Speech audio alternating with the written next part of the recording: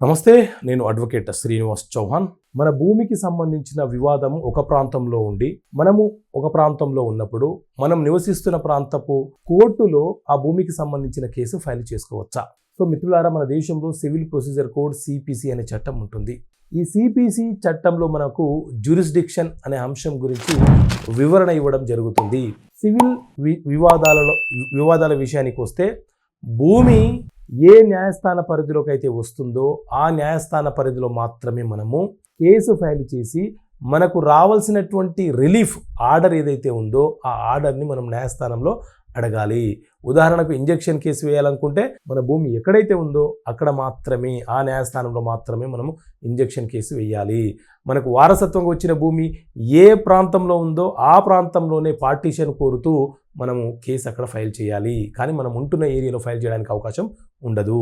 భూదాన్ భూములను అమ్ముకోవచ్చా? భూదాన్ భూములు అనంటే ఏంటి అనంటే, తెలంగాణ ప్రాంతంలోని పోచంపల్లి గ్రామం నుంచి వినోబ భావే గారు భూదాన ఉద్యమాన్ని ప్రారంభించారు.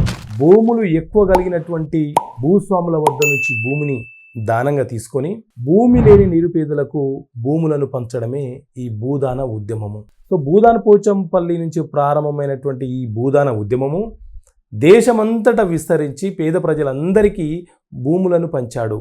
సో దీన్ని కేంద్ర ప్రభుత్వం పరిగణనలోకి తీసుకొని భూదాన్ యాక్ట్ అనే ఒక చట్టాన్ని తీసుకొచ్చింది.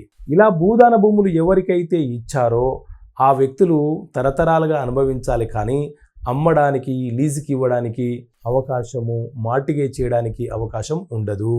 కేవలం తరతరాలుగా అనుభవించాలి. కోడలు కారుణ్య నియామకాల కింద ఉద్యోగం పొందడానికి వారసురాలుగా పరిగణించబడుతుందా?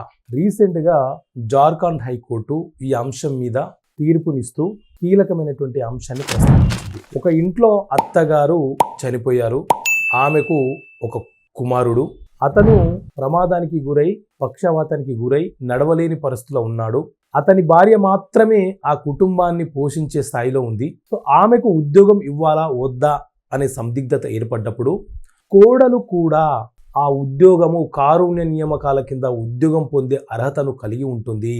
ఆ కుటుంబాన్ని పోషించే బాధ్యత ఆ కోడలికి ఉంది కాబట్టి ఆమెను ఆ ఉద్యోగంలో నియమించండి అని చెప్పి జార్ఖండ్ హైకోర్టు కీలకమైనటువంటి తీర్పునిచ్చింది. ఏదైనా ఒక పార్టీషన్ కేసు వేసేటప్పుడు ఒక వారసుడు మాత్రమే భూమి యొక్క పొజిషన్లో ఉండి మిగతా వారసులు పొజిషన్లో లేకపోతే అది జాయింట్ పొజిషన్ కిందికి వస్తుందా అనే అంశం మీద అలహాబాద్ హైకోర్టు రీసెంట్గా ఒక కీలకమైనటువంటి తీర్పునిచ్చింది.